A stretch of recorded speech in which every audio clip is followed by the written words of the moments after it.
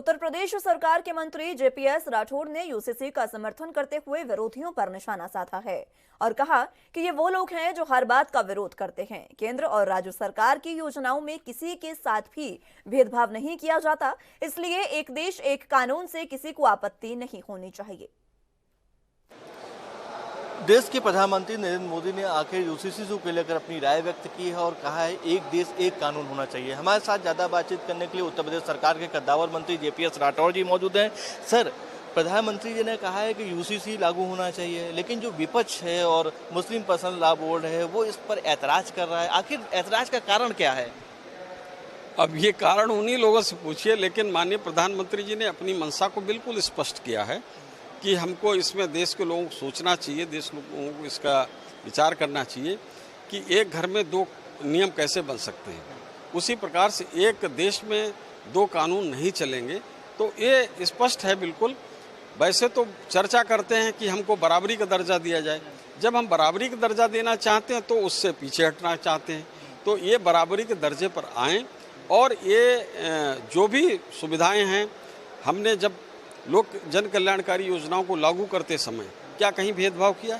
हमने सभी, ना जाति देखी, ना वर्ग देखा, ना धर्म देखा, ना मजहब देखा, और जन कल्याणकारी योजनाओं को लागू किया और जिसमें अधिकतम लाभ उसी मजहब के लोगों को मिला, वर्ग के लोगों को मिला। हमने तो सोचा नहीं, और हमने ये भी नहीं सोचा है कि ये लोग हमको वोट करेंगे या नहीं करेंगे। नहीं करेंगे तो भी उनको लाभ दिया है। किसी तरीके से भेदभाव नहीं किया है। अब ये भेदभाव की नीति पर क्यों चलना चाहते हैं, ये हमको नहीं समझ में आता है। लेकिन जिस तरीके से ट्रिपल तलाक को लेकर जिस देश में उन्होंने भ्रामक बातचीत की थी, अफवाह फैलाने की कोशिश की थी, और उनको देश की संसद के आगे पराजय का मुंह देखना पड़ा।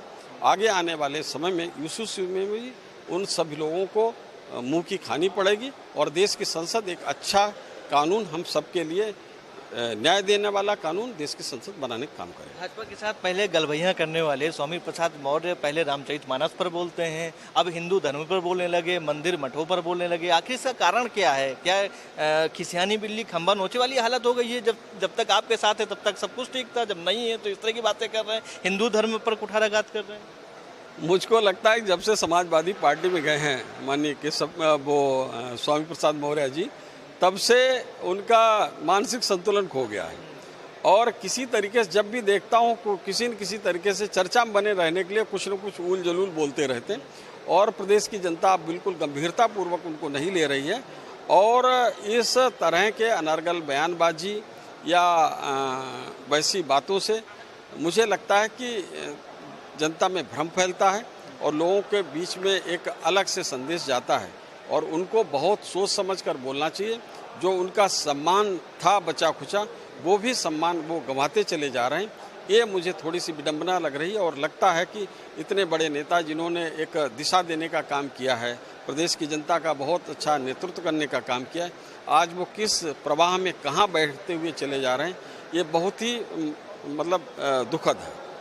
धन्यवाद। करने के लिए आप उत्तर प्रदेश सरकार के मंत्री जेपीएस राठौड़ जी, जिनका साफ तौर से कहना है कि स्वामी प्रसाद मौर्य अपना मानसिक संतुलन खो चुके हैं जो इस तरह के बयान दे रहे हैं। कैमरा पर्सन सौरभ के साथ अंकित श्रीवास्तव, एएनबी न्यूज, लखनऊ।